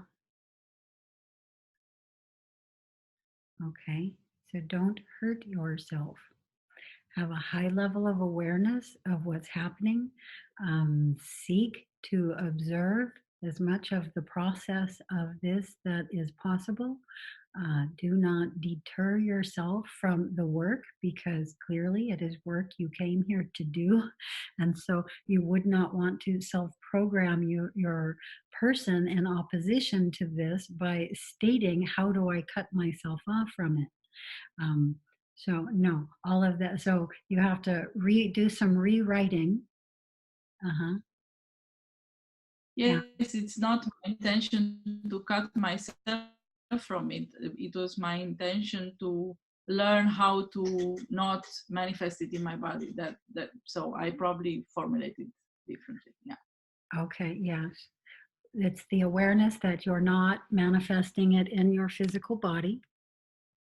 Okay. That is again brought into the awareness field. That will feel very much like it's happening in your body. That's the largest field you occupy. The body field is much smaller in that. Um, and that structure, the reason you are able to bring it into your awareness field is because it cannot live there. You have knowing that does not allow it to exist. It's usually a false construct, a misconceived idea. Yeah. And by the way, we can go into these in out of body experience. Yeah, if you would like to know or see or experience more and more sort of 3D surround sound detail, then you can enter a lot of these, and I do.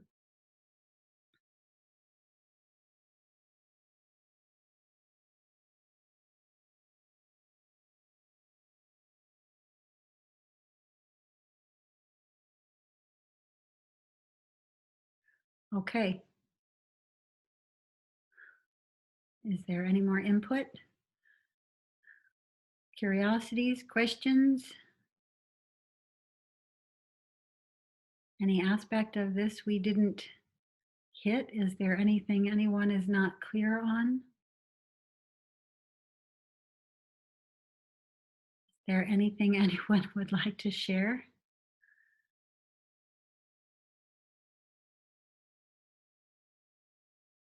Anton?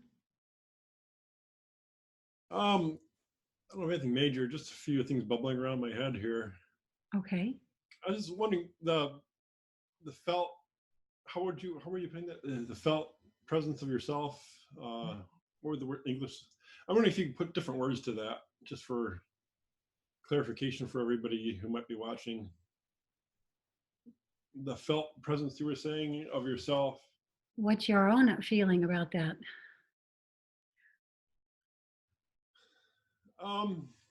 You are presence. Your presence feels like something. Yeah, but it feels sort of neutral in a way, because I don't know, I feel exactly like I did. Sometimes I have trouble dealing with, I can't be that old. I'm not that old. I'm still 38, aren't I? I don't feel any different. So there's a feeling there. Well, your own felt presence goes beyond your person. I'm just wondering if you can put different words to that. Challenging you to say it differently. Just say the whole thing differently. Explain it differently and say it differently with different words. It's the most accurate way in which I can say it. It's the way in which I can emit the most integrity. Are we agreed? You are a presence. Yeah, wait a minute. Are we agreed on that? That fundamentally we each are a presence. Yeah? But we're multi-level. We're a presence. You are a presence. What's another word for presence? Soul. Individuated unit of consciousness.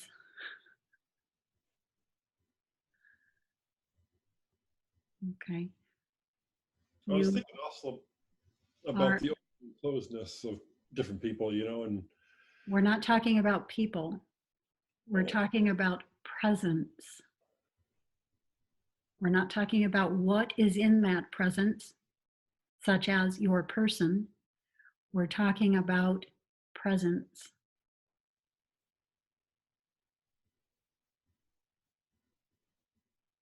I can only think of awareness, particularly the personality feeling, and just be awareness. That's all I can think of in that way. Awareness a presence is of not awareness. presence.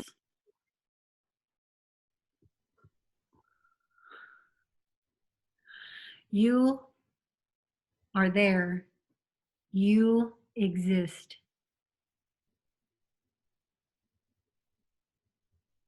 right there where you are, you are.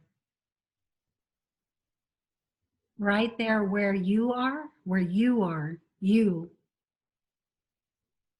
It feels like something. It feels like something to be you. The reason I stray from this is because when you hear you hear your person, and this is not what I'm referring to. So I'm saying presence. I want to distinguish presence from your person, however connected they are. The observer. Presence is first.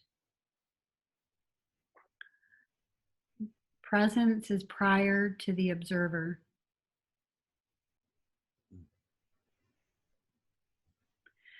There is presence and the experience of that presence. That is all that exists. I want to keep it as simple as possible. There is presence and the experience of that presence. Consciousness is another word for presence. However, I'm using presence because it feels differently, doesn't it?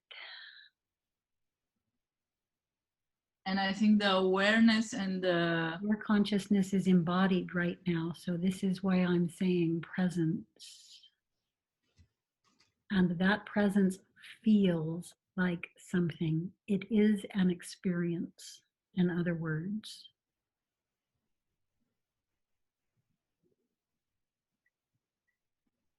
and I think the presence is not something that you can really express, and the awareness and the observing is the seeing of the presence. So it's the next level, let's say. And something that I was experiencing when I was very young was closing the eyes and trying to see where my boundaries were my own boundaries, the presence, where does it start and where does it end, and there is absolutely no boundary, so you feel like you are as big as the universe, actually. Yes. Mm-hmm. Yes, this is often my process for going out of body. I simply close my eyes. I feel that we've done this together. I feel the outside edges of myself, my person, and then I let that go. I literally let it dissipate out into the ether until I'm not feeling it anymore, until I'm not feeling the ground beneath my seat anymore. It all dissipates, it all goes away as soon as I'm not a quote body, as soon as I don't have a quote outline. Okay, and this is the void. 0 point for all conscious out of body experience, getting to the void. And it's somewhat simple to get there, at least it's somewhat simple for me to now get there. But this can be, we can go through this process of getting into the felt presence, but I would say go directly in. Even just repeat to yourself that sentence, I am presence.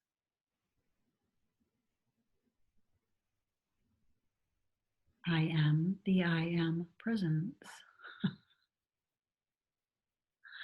And it I feels think that's like the something. same with asking the question, who am I? That's what I was going to say as well. That's the answer to the question, isn't it? In innocence, although you will get all of the answer to that question. But that's the center.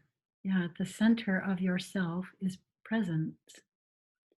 And the presence of you, again, feels like something.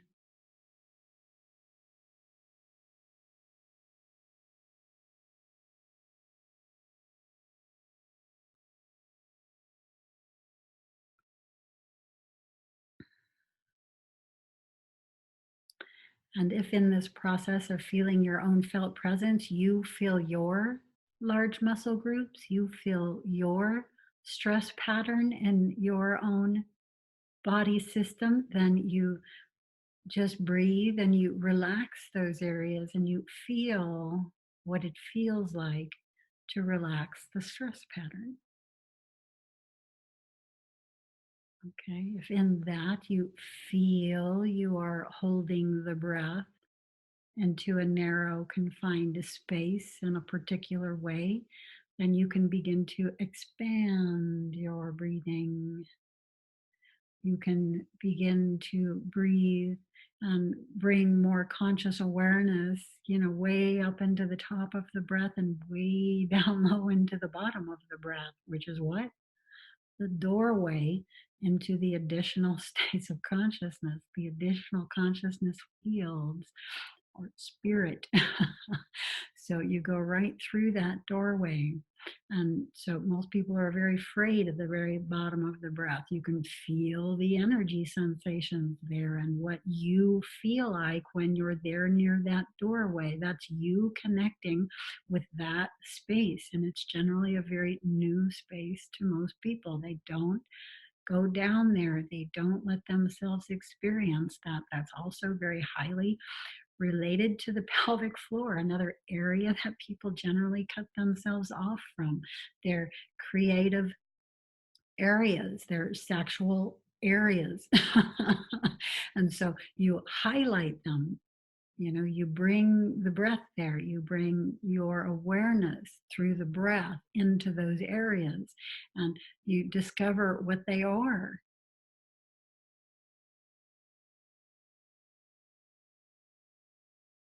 And they are doorways, they are gates, they are gateways, and they take you somewhere. So all of this can be a part of the process. But again, I would say go directly into your presence. It feels like something to be you right there where you are. And here I am not referring to your person, I am referring to you. Consciousness. Your consciousness. The soul that is there being Ivana, the soul that is there being James, the soul that is there being Anton, is a presence right here, right now. And it feels like something. Just more and more drop into that felt presence. That's you. Learn to identify that as you so that you can actually feel when you pick up the phone the difference. The difference is the connection. And then you deepen that level of connection. You take your felt presence into the felt presence of whatever it is you're connecting with, whoever it is you're connecting with.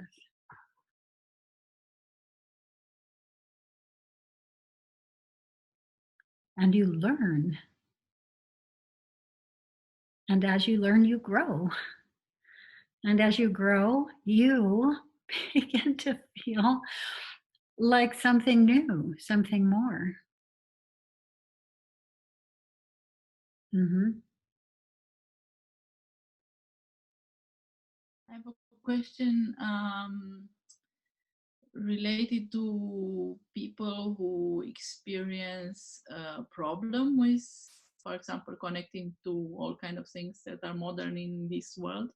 Yeah. Like I have friends that have really a huge problem with all kind of frequencies beyond the frequency of their body. So like low frequency, higher frequency, electrical stuff, Wi-Fi, all that kind of thing. So how could they, I think that's my question, how could they connect with this and in the same time not have the problem with it? Mm-hmm. The awareness. As you are consciousness, this is consciousness. It's a consciousness. Consciousness is neutral. It's not positive or negative. It has no charge. Consciousness is consciousness. So connect consciousness to consciousness. Okay, inside this consciousness are the ideas, the blueprints that composed it, the good it could potentially do. And so now you come into that any consciousness, any structure, any idea, any thought can be used positively or negatively. And you decide how you are going to use this.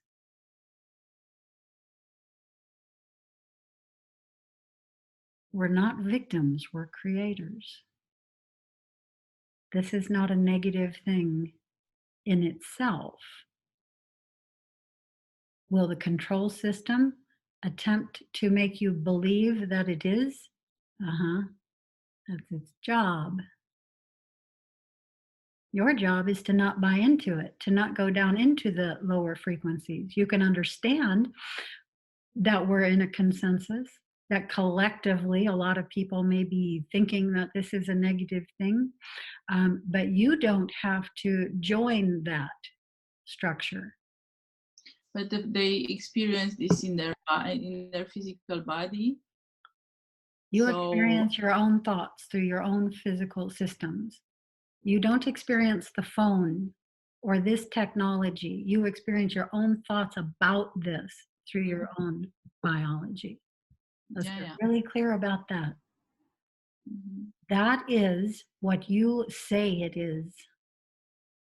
Okay, and again, we are in consensus. So, in a consensus field, you can also discern, the collective stress pattern about what this is. But now, what can you do to help that? Mhm. You can deliberately relax the large muscle groups, right? You can deconstruct the stress pattern. You can send out your own ideas, and much more clearly, by the way, and all of that. So you can affect the whole, you can affect the consensus. And because you're doing it far more consciously than what the masses generally are, yours is the more potent. Yes. You can actually help a lot more people not be affected adversely by this and by their own thoughts and thinking. It will only have so much of an effect because their thought constructs reign in their own experience as your own thought constructs reign in your own. Um, but it's there and they can connect with it. And this is what we mean by connecting with the cleared neural pathways. You don't even have to be consciously sending this out, but if you consciously want to participate in this process, you can.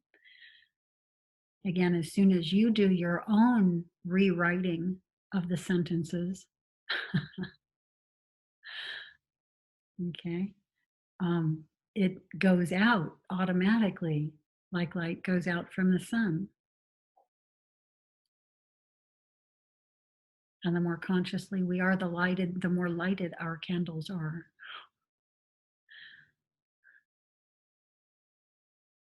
The more powerful, the more potent, the more creative, and other people can connect with it because it's more obvious, because it's a light they can actually see, feel, experience in some way. It can come through easier. They can connect with it easier.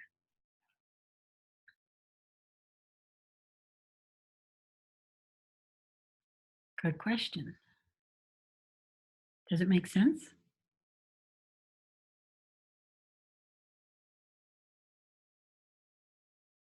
Yes, it makes sense. The question is how to, but yeah, so it's their choice if they want to connect with the answer that I'm providing or not. Of course. Everyone is the commander of their own craft.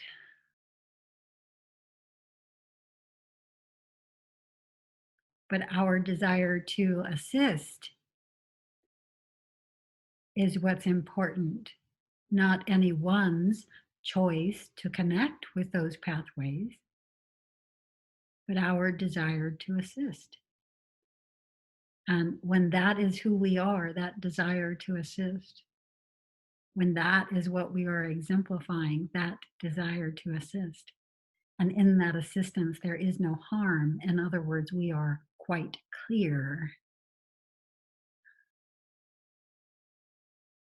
Then Kerpow. Same way, in the same way, I think it's also a question of choosing your food, because so I experienced in these past months of detox that that my body experiences some things with the gluten that we shouldn't experience.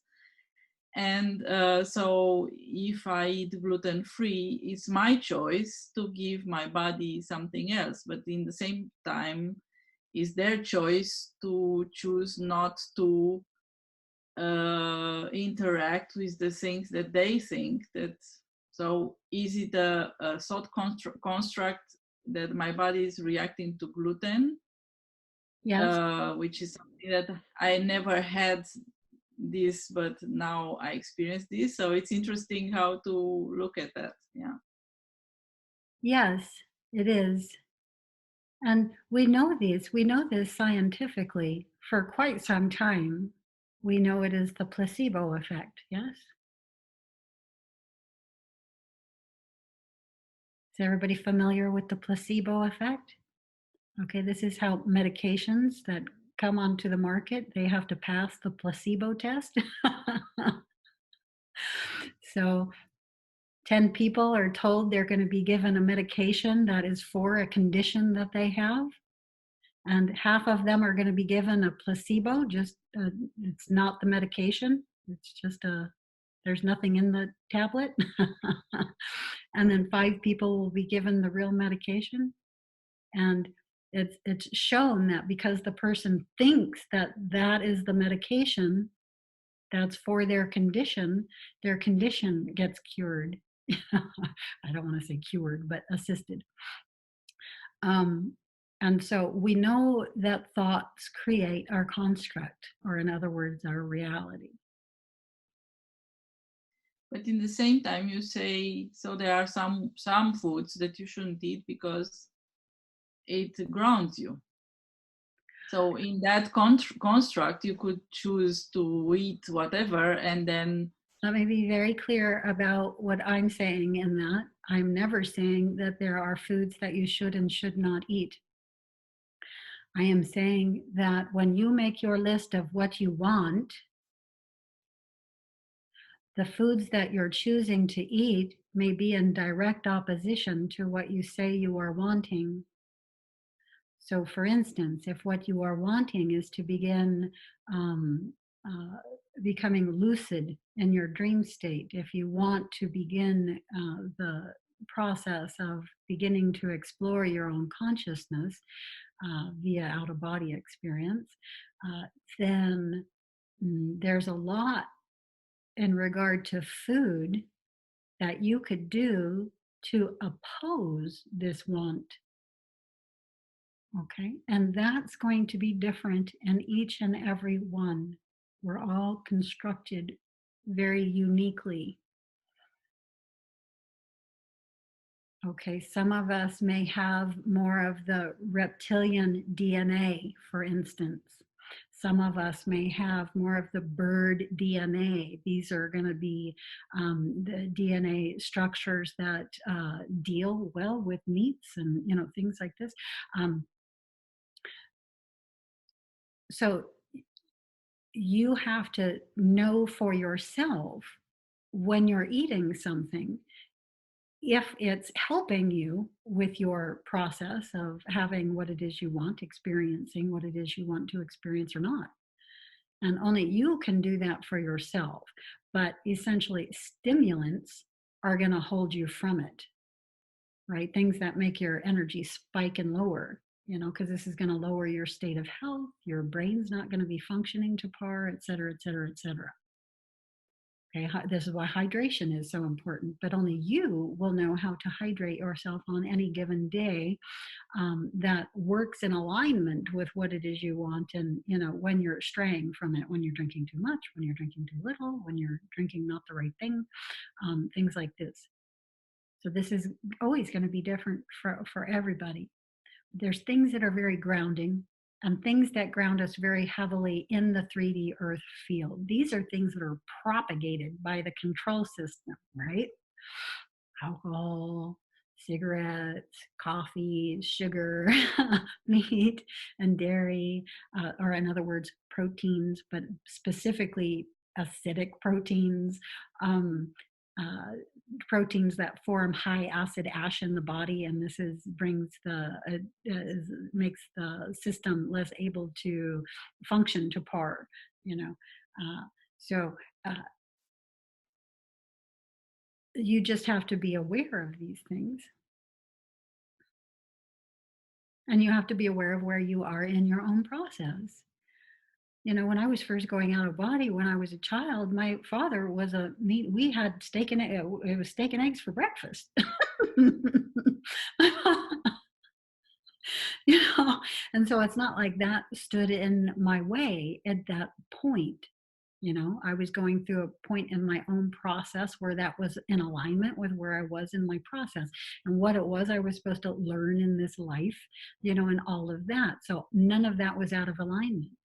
Now I'm in a very different point in my process. And if I were to eat in a way that was out of alignment with the point in which I now am, that would be deleterious to me. Okay, and not all of us came here to do and learn and help in the same way. And so, you know, we have to know for ourselves what is in and out of alignment. And the big thing is not the food itself, it is the addiction to the food. It is our own thought programming and reference to that food. For instance, oh, I love this. This is something I could never give up. You know, so we have to watch our own thought programming, and we have to understand the difference between consuming a certain food and being addicted to that food, consuming it because it's an actual addiction now. And we know if it's an addiction. If we can't give it up, it's an addiction. Yes, I concur totally because when I started with the raw vegan food, I said, well, bread is something that I don't need to give up, even if I eat just a little bit of it, and now I have to give it up. So I was like, okay, so yeah, I did. So, yeah. And it's good to test ourselves out, you know, and it's good to occasionally clear the palate, you know, do a fast, clear all the, you know, when I clear my colon, just, you know, the addictions you can feel are just gone, and now it's hard for me to eat. It's like just the hunger's not there. You know, I can feel it's a time just where I'm going to be eating less, and that the signals I was getting before were chemicals from the food and things like that were talking to me through my own body because I had put them in there. You know, they stick in the colon and they stay there for long periods of time. So clearing the colon is really important. You know, I'm a nurse type, and so enemas are right there at the top of my list for, you know, part of the cleansing process. That's something that you have to totally be okay with. You know, so fast for a few days, clear out that colon, and now see how you feel. You know, and you can really tell, you know, the difference between your own consciousness and your own thought programming, and the consciousness of what you've ingested, sending out signals for you to eat more of it so it can live here in your system. You know, it's amazing because that voice is loud and it's not us. And, you know, learning how to drop into your own felt presence is one of the ways that you learn to discern you from these others, you know. And it will sound like you, and especially if it's been there for a long time, sounding off in your system for a long time, you know. Yeah, it's quite amazing. I had a few weeks ago also one moment that I could hear everything that was not mine with like different voices, and it was amazing. I was like, I was hearing like, this is impossible, this is, and it was like completely different voices saying different things, Uh-huh.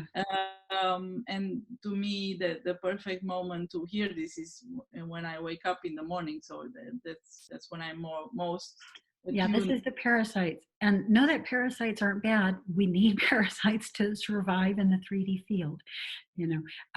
But one of the things that you begin to see is when the parasites have become parasitic, because then they will sound like that. When the parasites are in symbiosis with the control system, which is you over your own system, then you don't hear that. You know, they work with you, they help keep you in balance. Yeah, but when they've become parasitic or are in essence parasitic, then they sound like that. Can I ask you a question? When you do a cleanse and then you say, I'm not hungry, so why do you force yourself or your body to eat, and why? Because you could just I not eat. just, yes, I was having this conversation with myself yesterday. Because it was one of those days where I just couldn't get. Some days I'm just I'm sort of behind myself. I can't catch up to myself. You know, it's like that. And yes, on those days, I make myself eat. I don't make myself overeat, but I make sure that the body gets nutrition. And especially if I'm going to be active. So I'm picking up, you know, the rebounding and the interval training, and there's a lot of yard work to do. And so, yes, if I was just going to lounge in the sun and sleep and rest and meditate, then I probably wouldn't eat. Yeah. So it depends on what I'm having the body do. What about you?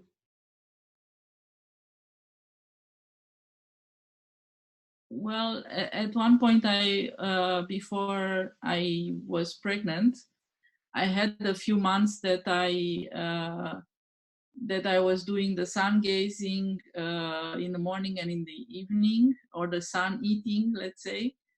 And I was eating very, very little the whole day. And I was like, I was also studying the breatharianism movement.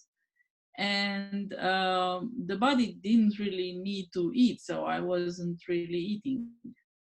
So I found it very interesting, and that came to a complete halt when when I became pregnant. It was like the next day I was like, oh, I need to eat the whole fridge or something like that, and I didn't even know that I was pregnant, but I knew that there's something going on.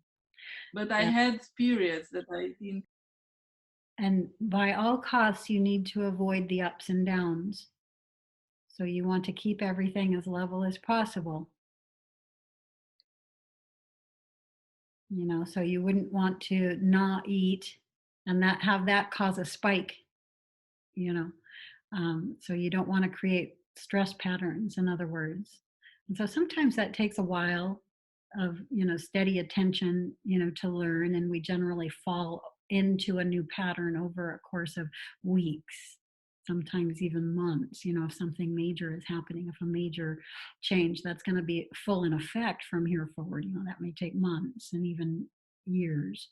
And it's okay to go through that process, you know, and you know, you don't have to drop into things on a dime. When you're ready, you do, and you'll know when you're ready to get the majority of your sustenance from the sun and from the air, because when you don't eat, your energy is still very there. You know, it's still very steady. You know, you're not losing energy. You can still do, you know, through the day, and you're just fine. You're not getting dizzy. The body's not experiencing any distress. And so, Yeah, I was working as an architect, so I didn't. I was just working 5 days a week, sometimes 6 days a week, and it was fine. But it was also summer, so in the Netherlands, I think it's easy. and sometimes we play with an idea. Let's talk about this, especially if it's a new idea, because what does playing with a new idea do? It creates new neurons, new neural pathways, new neural networks. Okay, doing something new or doing something different. So this is how we begin to create new neurons. And especially doing something that we feel really good about. So not doing something different in a way that we're still thinking and having to overwrite programs like, this sucks and, and I'm going to have to go through, pain. I'm not going to be able to do this that I want to do, you know. But when we're doing it and we're fully engaged in it, we're right for this, regardless what the experience is going to be. We're going to go for a ride and we're going to make it fun and we're going to observe everything that we can. We're going to see what this is, you know. I'm just going to investigate this idea, and sometimes we try that on. I'm going to do breatharianism for a month or two and see what happens, and just explore and investigate. And you wouldn't want to explore and investigate if you weren't ready. The idea probably wouldn't be coming to you in a quote positive sense, if you weren't ready to sort of toy around with the idea for a spell. But you would really want to pay attention, and make sure that all the cells are getting what they need, and all of the children are being taken care of. Okay, guys, do we feel complete? Okay.